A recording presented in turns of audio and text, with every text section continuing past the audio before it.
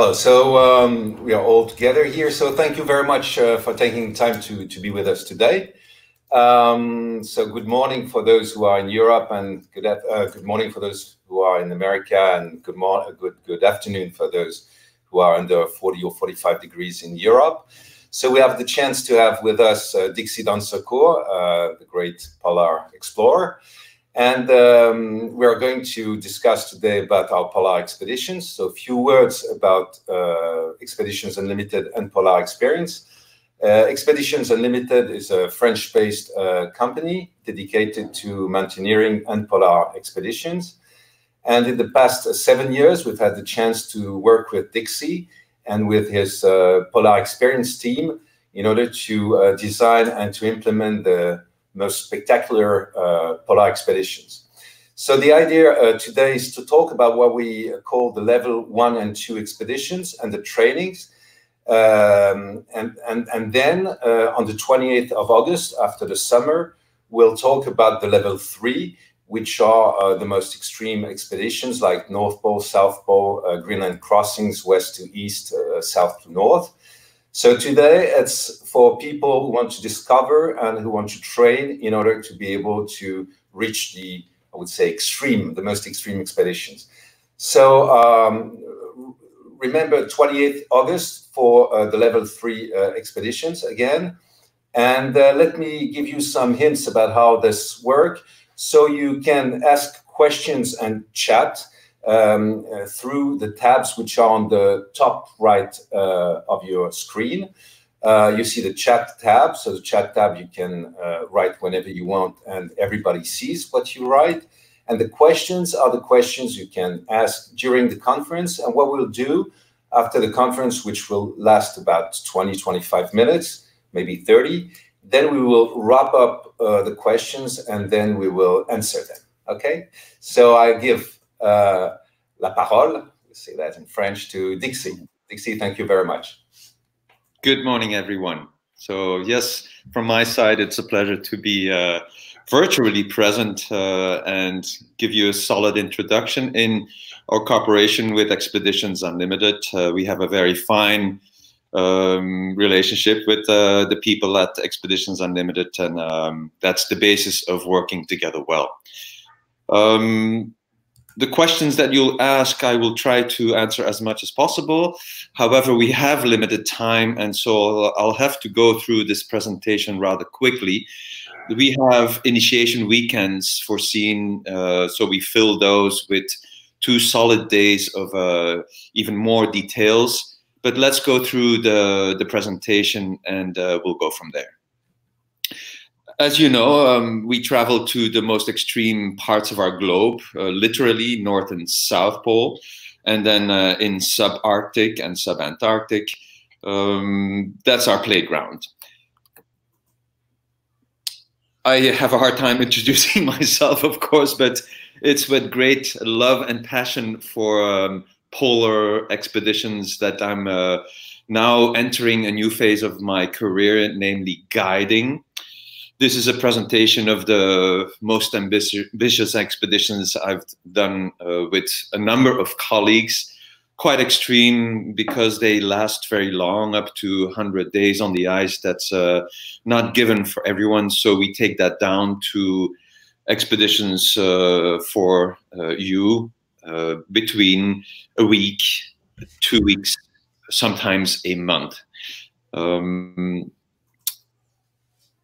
Why I try to communicate the beauty of the polar regions is that it is hard to just talk about or even make photos. When we write books, we have the time to go in depth about what we do, and it's not just for the fun of it. Sometimes it gets pretty serious with scientific research, as shown here in Antarctica, because expeditions are not about breaking records. It's truly to immerse yourself as a human being who does not belong actually out on the ice in a world of wonder, of being tested. Yes, the cold is there, but we have many tips and tricks to fight off the cold. And science is one of those things that we try to give back. We collect data and give those data to then the scientists who have hopefully more insight in what's happening with the polar regions. And we all know that with the global warming, but in this case polar warming, we hope that with this data we can do something back. It's on top of the daily routines. You have to get out of your tent and launch kites, dig holes in the ice, put beacons out on the ice. So that's truly something that we want to do as an added value. These are just examples of the apparatuses that we take along. And it's all based on, again, that great passion for the polar regions. We also compare photos from a not so long forgotten past. Here a photo of the Belgica in the waters of Antarctica. And then we make photographic comparisons with our boats, as you can see here. And luckily, the snow is still there after a good century. So there's no panic. I'm also here to let you know that our beloved playground will remain there for long times. Panic is actually not good for anyone, and we're talking about kids to adults who are willing to do something about the global climate. And so the best way to show that is to take you along with us, for example, here in Spitsbergen. We need sources of inspiration, and for Belgians like myself, it is Adrien de Gerlache and his Belgica. Why? Because they have shown us the way, and hopefully with what we do, showing you, the client, the way, we hope to inspire others, and that's our goal. We of course take the knowledge of the past, like here in this left photo, when people already discovered the force and the power, the potential of the wind, using it on skis. Nowadays, when we organize our snow kiting expeditions, it's a tremendous new tool, technically advanced, of course, but it allows us to cover so much more ground compared to walking. Say you can cover 15 to 20 to maybe 30 kilometers in a day walking. With kites, it goes up to 100, 200, sometimes 300 kilometers. Yes, we do live in the modern era of polar exploration, so we do not talk to the sky, but we keep in touch with the home base. And the goal is not to suffer, let me be clear. We try to make it fun, because that's the basis of any human activity. Let's make it fun. Let's be ambitious, and let's do this in a serious manner, but fun should be the basis.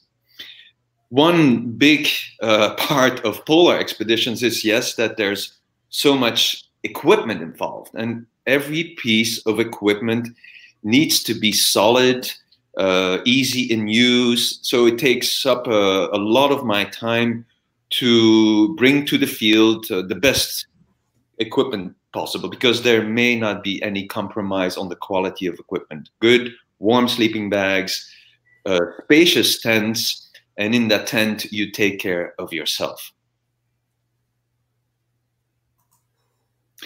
There are a number of tips and tricks for the novices to understand how to protect ourselves in the cold. The cold is not fun, not for me, nor for the people who come along, but it can at least be countered by a number of tips and tricks. And how you dress yourself is an important one, how you eat. But before we get into the details, it's important to know that we are just there to immerse ourselves in a very extreme habitat, but by adhering to a number of very important rules, we can stay away from any frost nip or frostbite. For example, here is a ruff that keeps our face nice and warm. Just to make it all a bit more tangible, we'll just present a small little clip into what it really means to be out there. Hi all, if you wondered what a day out on a polar expedition looks like, well, here it is. In the morning you have to ask yourself why you're out there and then find a plan to attack the early morning activities. You need to get rehydrated and drink, eat. And since it's cold, yes, it will be a rough transition from your sleeping bag. But then once you get started, actually it's not so bad. But of course you have to get dressed accordingly. This is a system that should be standard. You know you have to wear the thermal clothing and then start adding the layers according to wind, sun and cold conditions. Always reflect on where you're going and in what direction the wind blows, adding different layers, and then of course manage the moisture. That's a big one. In the sled, you need to foresee extras or the things that you need firsthand when you take a break. And then of course it depends how you progress. You either man-haul, which is pulling a sled. A different kind of progression can be done with kites. You'll make more mileage. And if you feel like it, you can do some scientific research. That's more for the bigger expeditions. When then the day is over, instead of standing there around quite apathically, you have to stay moving. Putting up a tent can be a challenge with wind. But as soon as that's done and everyone helps each other, we're in the tent and we're quite cozy doing all of the things that we need to do, looking at maps, what is the mileage we've done. And the pleasant part is then enjoy the evening atmosphere. So you don't have to become Mr. Ironman before leaving. You just have to be curious and inquisitive and then, of course, have a bit of a love for the cold. That's all very important. So we can go on with the slides now, please. A short introduction to polar experience, a concept whereby we invite people on a level 1 expedition to come along to Spitsbergen, which is high up in the Arctic, where we have our base and all of the equipment necessary to cater for groups. Spitsbergen is very unique. It's also the jumping off point for the North Pole expeditions. Before you decide to do that, we also invite you to do a training in order to get the basics down.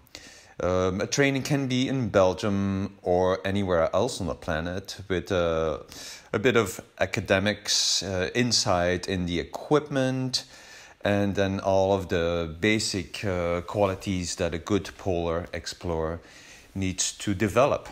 They are not very difficult, but it requires a good deal of routine gestures that you then put out in practice in the cold.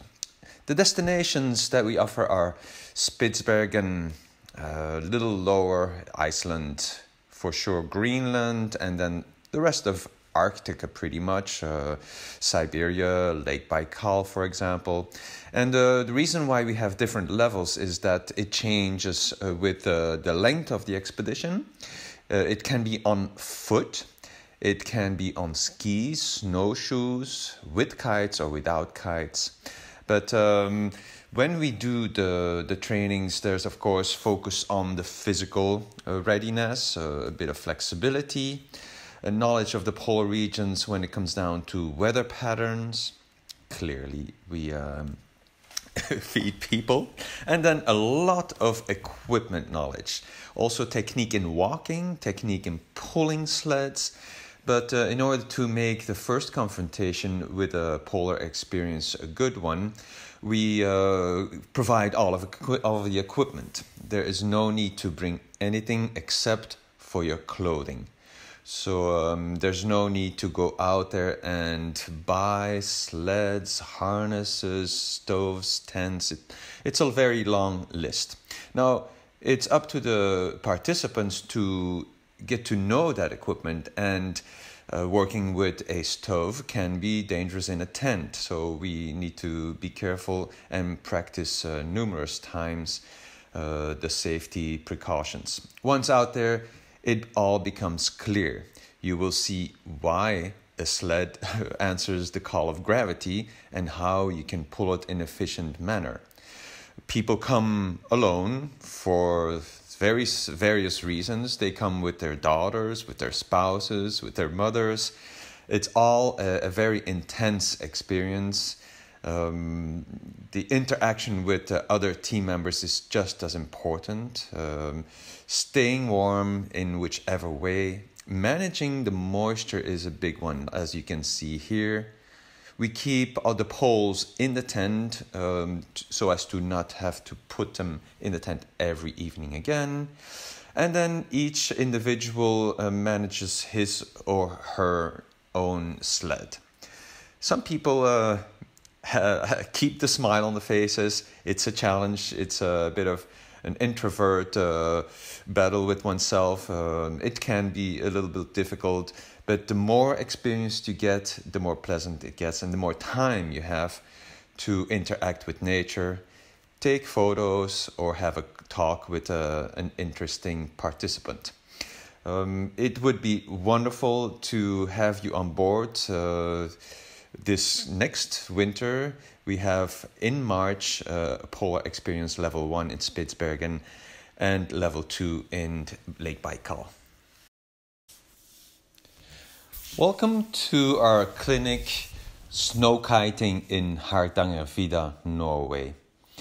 The place is truly remarkable as you have a high plateau in Norway, where in winter months you have always snow clearly, but also the consistent winds.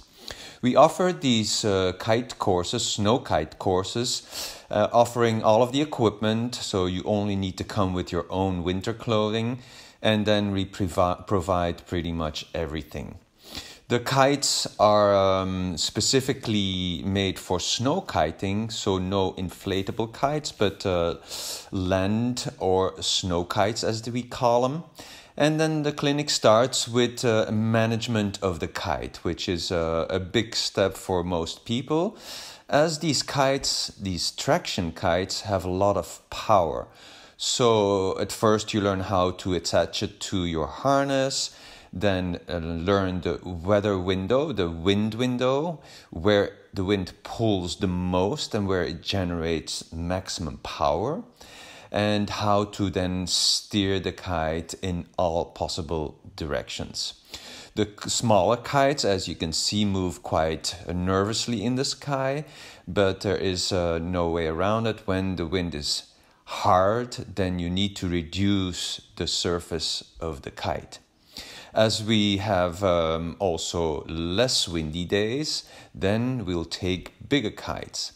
The whole goal is to come back where you started, clearly. So you have to learn to use the skis in such a manner that you can go upwind or at least perpendicular to where we start from. Of course, these pulling forces are at first hard to resist, but it's not physically difficult. It's more technique. You need to learn how to combine giving your skis direction, at the same time the kite, and all movements come from your body. Management of the lines and the kite, folding, starting the kite, that's all a bit of a challenge. At night, we also learn the art of cooking, living in the tent, how to prevent moisture from sticking to the tent, and then the next day we're back at it. Every little detail is important, and our coaches will guide you in all aspects of fluent and stylish, exceptional, styleful kiting. Once you get that down, there is nothing but pleasure, and you have an enormously enriching experience. On top of that, then comes the time to come on a polar experience, snow kiting expedition in Greenland or in Antarctica or on other places of Mother Earth. Eric, you were with us last January, and even you got the hang of it, and I let you comment on it. Well, it was, well, first of all, the setting is just marvelous, and it's very impressive when you get to this Ardangavida plateau. So the atmosphere is really something in winter. It's magic. And then the kiting, as you said, is quite accessible to a normal skier, because I'm not a great skier, but I'm not too bad either. And the idea is really to go downwind is very easy and everyone can do it. Actually, it's when you go upwind that it's a bit harder and you need more training. But actually, what I realized, and you helped me do that, is that in expeditions, basically, you choose, your direction, and of course, you're not going to be upwind, for a few days. So you just kite more or less downwind, so the easier way. But then you have the weight behind because of the pulka. But yeah, and actually, 2 people out of 5 or 6 that were there did the kiting crossing from west to east in Greenland in May, as you know. And there is one who is contemplating doing the south-north kiting Greenland crossing. So people who get to know this kites, I mean, really want to go an expedition. Yeah, I'd love to. Later. Lake Baikal in Siberia, Russia, is just magnificent. It is the deepest, largest, and most beautiful lake on Earth, according to my humble opinion. But the ice offers such aesthetic beauty. It is dynamic with compression zones. It changes daily, and you are never bored, because in the ice you can see enormously beautiful art work from Mother Nature. When it cracks open, that ice, people come with hovercraft and wave at you.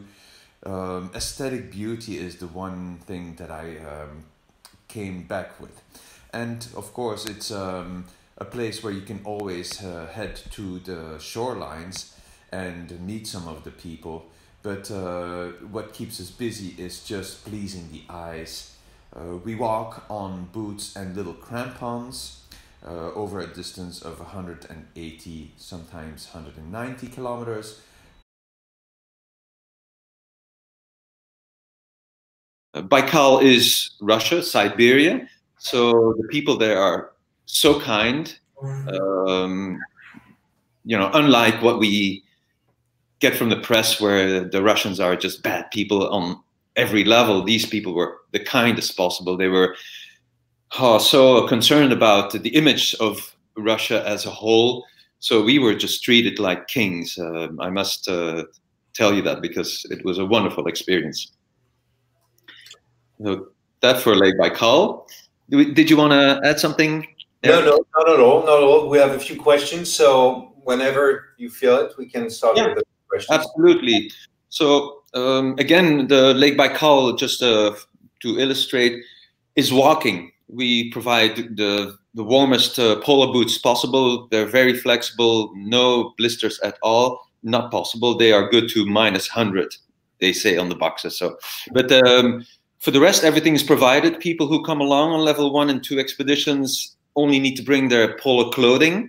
All of the equipment is foreseen. Lake Baikal offers no dangers, no difficulties. So again, 180, 190 kilometers in 10 days is feasible for everyone, because it goes very fast. You don't even feel the weight of the pulka, the sledge. So that's all pretty much open for a large public. Well, the temperature can be pretty low. And correct. The weather temperature needs to be again welcomed. The cold must become our partner, just like equipment must become one. And we're there to, of course, not take any risks if it is not good, and we have a solid framework to know when we have to stay in the tent or when we can go. Safety is always at the top of our list. So we have one question. Can you summarize actually the training level 1 and level 2 destinations that we have? Yes. Well, first of all, we have a basis with all of our equipment stored in Spitsbergen. Longyearbyen is the one town there, and we usually go there for 5 days on the ice, 4 nights under the tent, sleeping, camping. And prior and after, we prepare well, because there's a lot of things to prepare. Food needs to be packaged. All of the equipment needs to be prepped. And so that's part of the introductory expedition, level 1 in Spitsbergen. I consider then Lake Baikal a level 2, because you will spend more time out on the ice, 10 days, as I said. And then there's also in Greenland, where we also are present with a stock of equipment for the Arctic Circle Trail. This is a trip from where you land, the main hub and spoke airport, Kangerlussuaq, and from there on, it's a trip to Sisimiut at the edge of the ocean. It's 160 kilometers, so yes, also a level 2 expedition. But this is different from Lake Baikal due to the environment, but also on skis. So it's not with snow boots and, if necessary, crampons, but it's on skis, and so you progress a bit faster.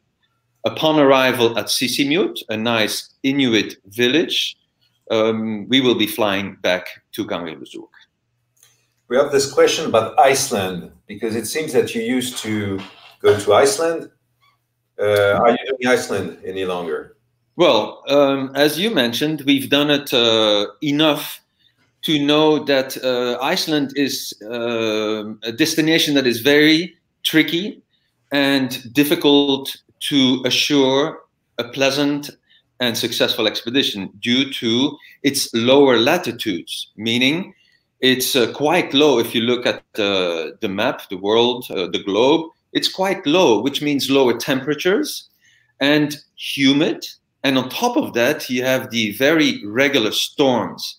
Those 3 elements, to me, do not represent a true polar environment, making it very difficult for people to come home and know that they did a real polar expedition. Even in December, January, it can be rather warm. So we've decided not to pursue Iceland because of these elements. Spitsbergen is so much higher. It's the jumping off point to go to the North Pole at 78 degrees.